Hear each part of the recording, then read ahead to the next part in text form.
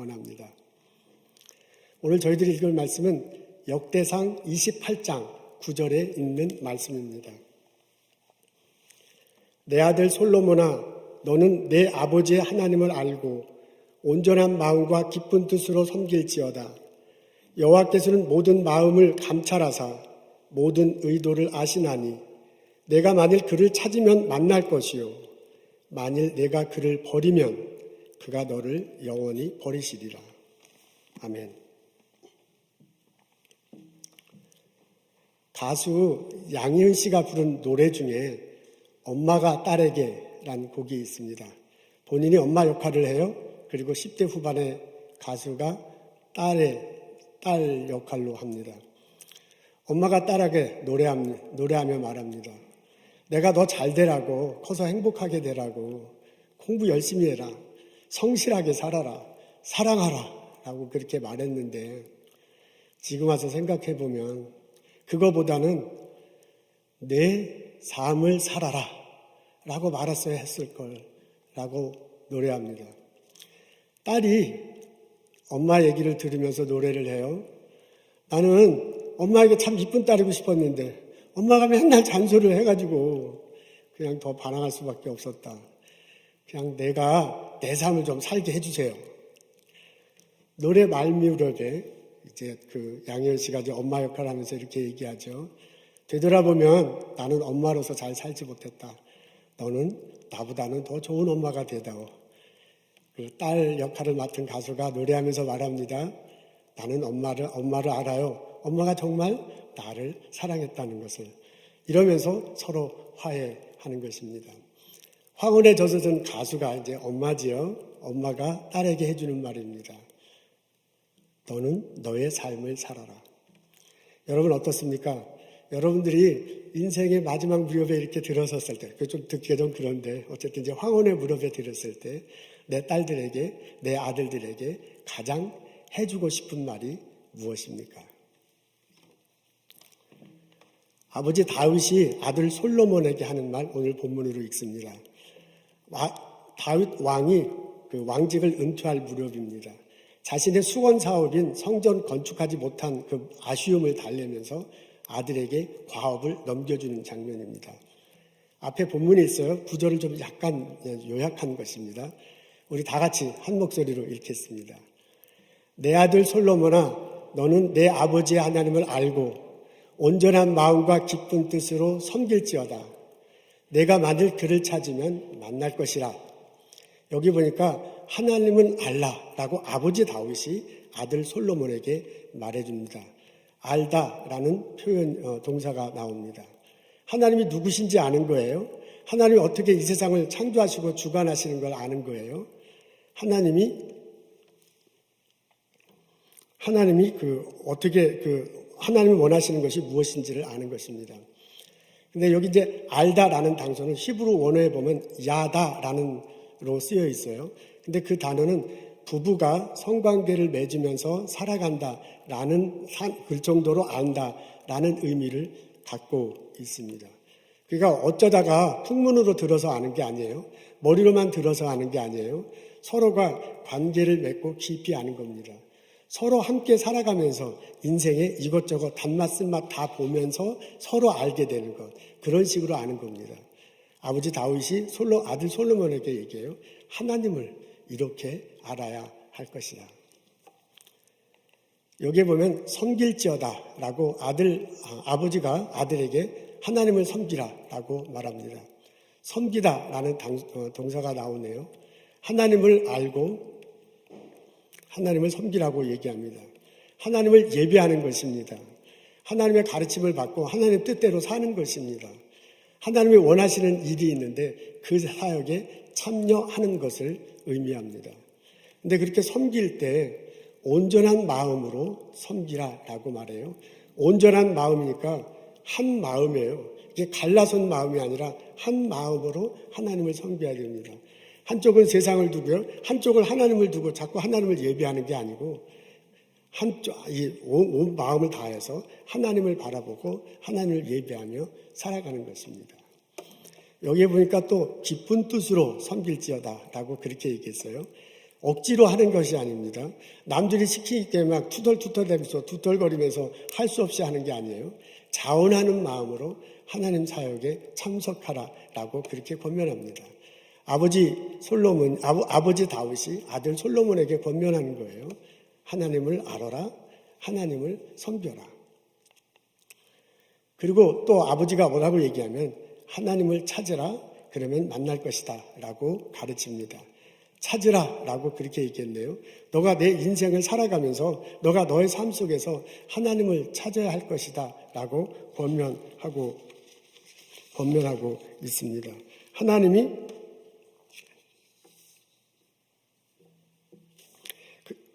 하고 있습니다. 그러니까 하나님을 삶 속에서 찾는 겁니다. 하나님을 따라 살아가면서 그분의 손을 잡고자 하는 겁니다. 그리고 하나님께 기도해요. 하나님 도와주십시오.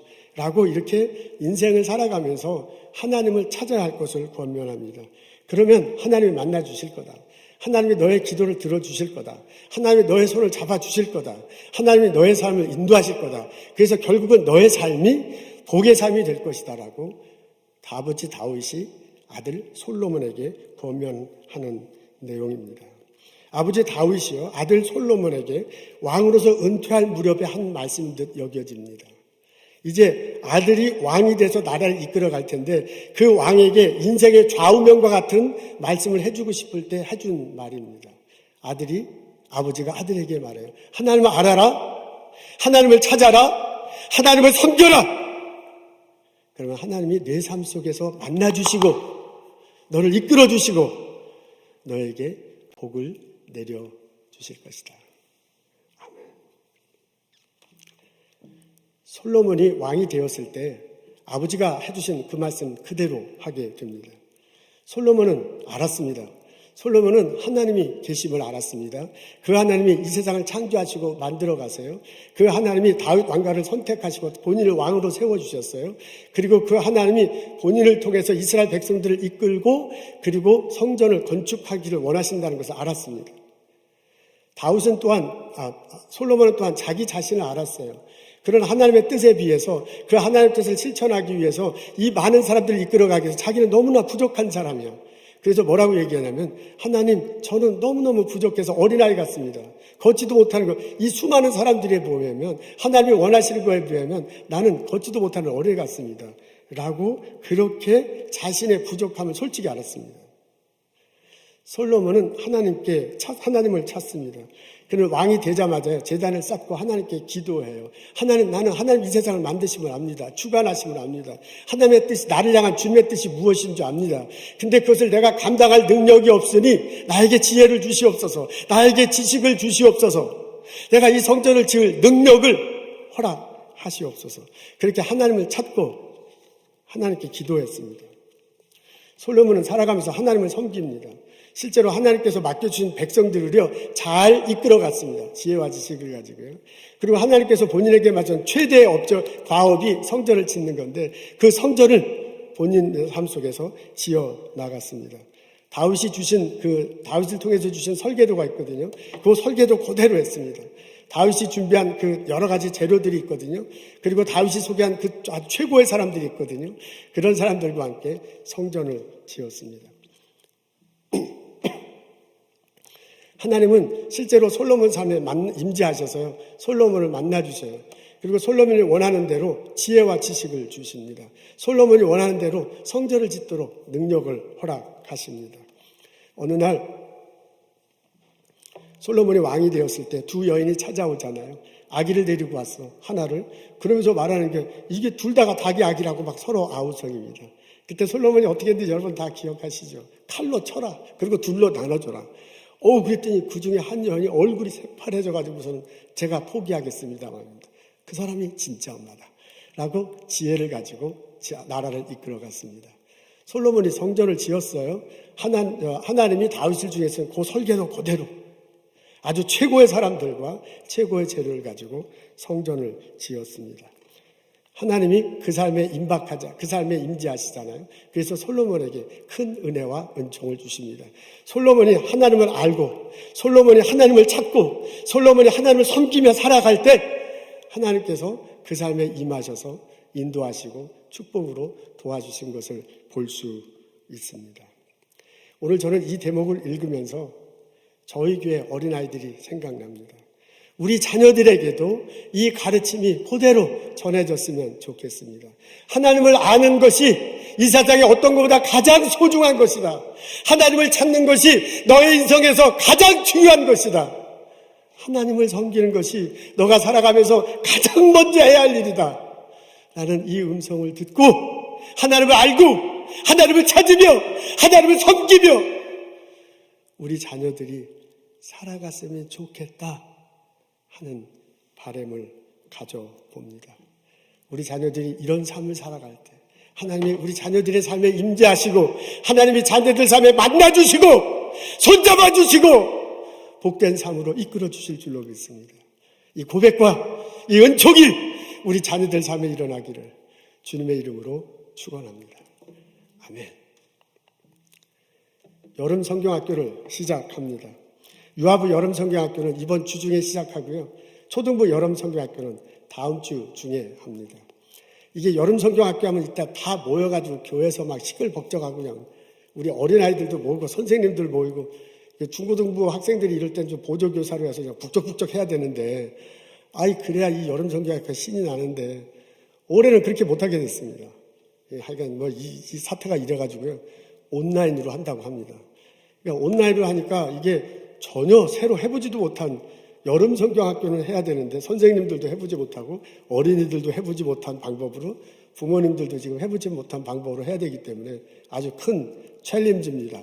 이게 챌린지를 겪으면 또 이제 재미도 있겠지만 하여간 이렇게 저렇게 좀 어려운 상황입니다. 그동안 우리 전도사님들하고 선생님들이 열심히 준비했습니다. 이게 온라인으로 하니까 준비할 게 더 많아요.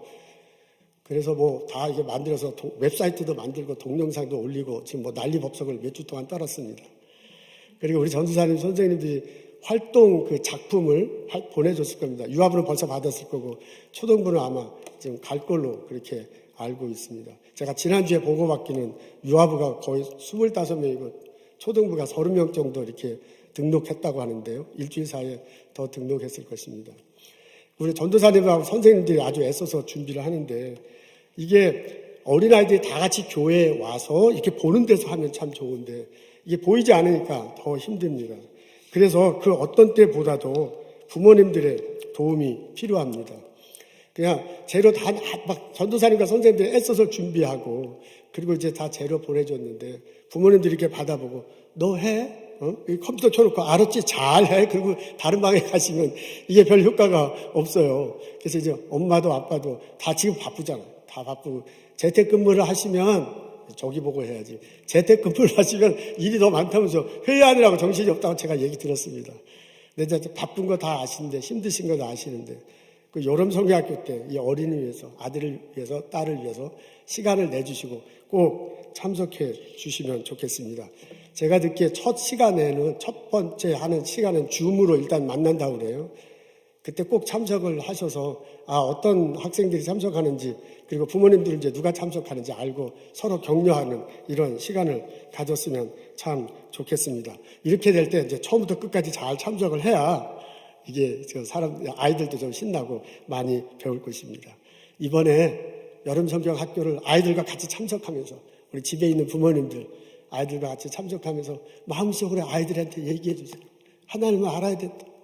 하나님을 섬기는 것이 하나님을 찾는 것이 인생에 있어서 가장 소중한 것이다.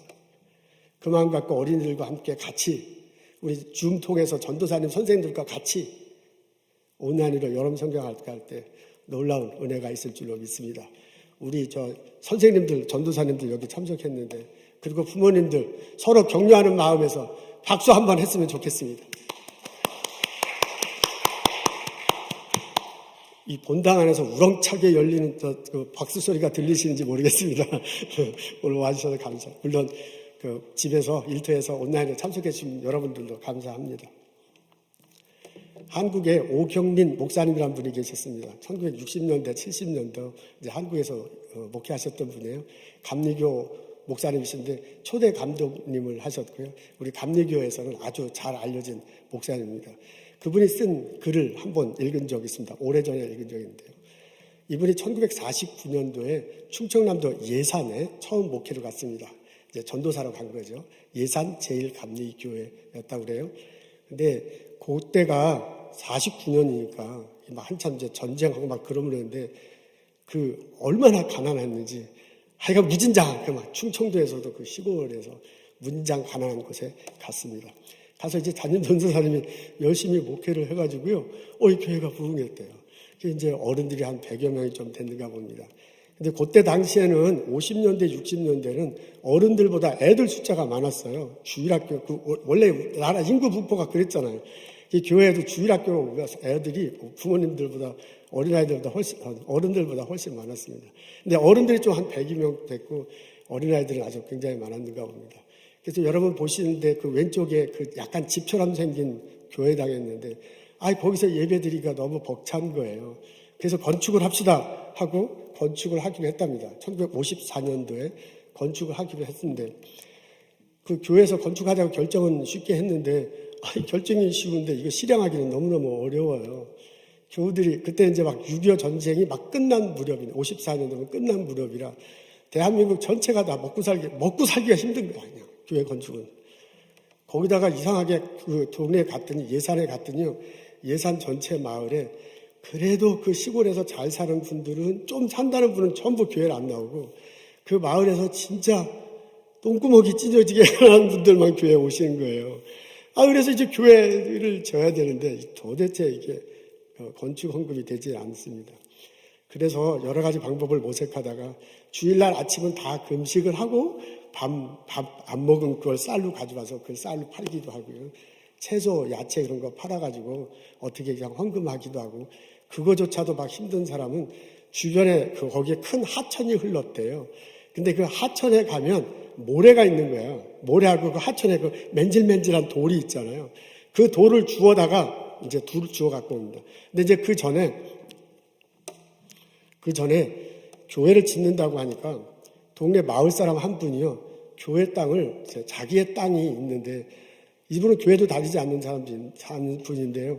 아니 교회에서 교회를 짓는다 하면서 이렇게 힘든 사람들이 어떻게 교회를 짓느냐 하면서 불쌍한 마음에 땅을 아주 헐값으로 교회에 넘겼대요. 그러니까 거의 도네이션 하다시피 해서 교회가 부지를 확보했습니다. 근데 거기에 조그만 초가집 같은 게 있었는데 교인들이 이제 그 초가집을 다 치우고 땅 평평하고 난 다음에 이제 하는 소리예요. 그렇게 하면서 이렇게 저렇게 마련해도 정 힘들었습니다. 그래서 할 수 없이 하천에 가서 이제 모래도 갖고 오고 돌도 갖고 왔는데 아이들이 그걸 보고서요. 자기네들도 뭘 해야 된다 해서 학교 갔다가 오면은 전부 그 하천에 가서 돌을 주워요. 돌을. 짱돌 조금 1학년 애들은 조금만 메고 큰 애들은 좀 큰 걸 들고 메고 교회 앞마당에 교회가 될 때에다 맡아놓고 그리고 집에를 가는 거예요. 목사님은 이제 다른 데 돌아다니면서 헌금해달 거의 구걸하다시피 이제 도네이션을 받아오는 거죠. 이런 소식을 주변에 있던 미군 부대에서 들었습니다. 그러면서 그 교회 채플린이 찾아와서 한번 사정을 쭉 보더니 이렇게 돌이 있구나, 모래가 있구나. 그럼 이제 세멘트만 있으면 되는 거예요. 그러면 이 돌이 어느 정도 쌓이면, 모래가 어느 정도 쌓이면 연락해라. 그러면 우리 부대에서 세멘트를 주겠다. 그랬답니다. 이 소식을 듣고 그냥 막 애들이 열받아가지고 그냥 가서 막 돌 주워오고 세멘트란다. 모래 캐오고 해가지고 제법 어느 정도 쌓였어요. 그래서 미군 부대에서 연락을 했더니 이제 왔어요. 와서 세멘트만 온 게 아니라 약간의 이제 철굴할 수 있는 것도 가져왔고 실제로 군인들이 와서 도와줬답니다. 그 지금 여기 앞에 보이는데 저게 돌로 된 건물인데요. 앞에는 실제로 인부들이 제대로 된 돌로 이렇게 좀 보기 좋게 한 거고 이 바닥, 기초 이런 거는 애들이 주워온 그 맨 돌 있지요. 그거 놓고 세멘트 넣고 그랬대요. 그리고 안에도 이렇게 돌 같은 걸 해야 될 거 아니에요. 그건 다 이제 교인들이 주워온 겉에서 저 앞에서 볼 땐 그래도 좀 멀쩡한데 뒤에서 볼 때 그냥 돌로 주워온 그걸로 건물을 지었습니다. 7년 만에 건물을 지었다고 합니다. 당시로서는 지금은 아주 조그만 데지만 당시로서는 엄청나게 큰 건물을 지었습니다. 목사님이 그 위에 서울로 부임했어요. 서울의 동대문에 가면 동대문 감리교회가 있습니다. 이화여자 부속대학 병원 지금은 없지만 이제 그 옆에 있는 이제 교회 건물입니다. 거기서 이제 담임 목회를 하는데 시간이 흘렀어. 4년, 5년 이렇게 시간이 흐르니까 그때 주일학교 다녔던 어린 아이들이 대학교를 들어가는 나이가 된 거예요. 근데 이 친구들이 다는 아니지만 많은 상당수가 서울에 있는 대학교를 들어왔어요. 서울에 있는 대학교를 들으면 동대문 깜리기에 와서 목사한테 인사하고 자기 대학교 들어왔다고, 그리고 옛날에 그 막 돌로 주웠던 그런 얘기하고 그래요. 근데 이제 그 중에 장학금을 받거나 어떻게 아르바이트를 해서 학교를 다니는 학생도 있는데 등록금 내기도 먹고 살 길이 너무 힘든 거야. 그냥 대학교 다닐 게 어떻게 해. 교회 와서 그냥 맨바닥에서 자는 거예요. 목사님 집에서 먹고. 그러면서 4년을 보낸 아이들이 상당수 있대요. 첫해 그렇게 하니까 그 다음 동생도 따라오고 그러면서 그 교회 다니고 하는 거예요. 이렇게 저렇게 하면서 4년 졸업하고 대학 이제 사회 진출합니다. 사회 진출하는데 제가 하도 오래전에 읽어서 막 누구도 이 교회 출신이다 하는데 제법 한국 사회에 굵직굵직한 인물들이 그렇게 해서 대학교를 졸업하고 신앙인이 되었습니다.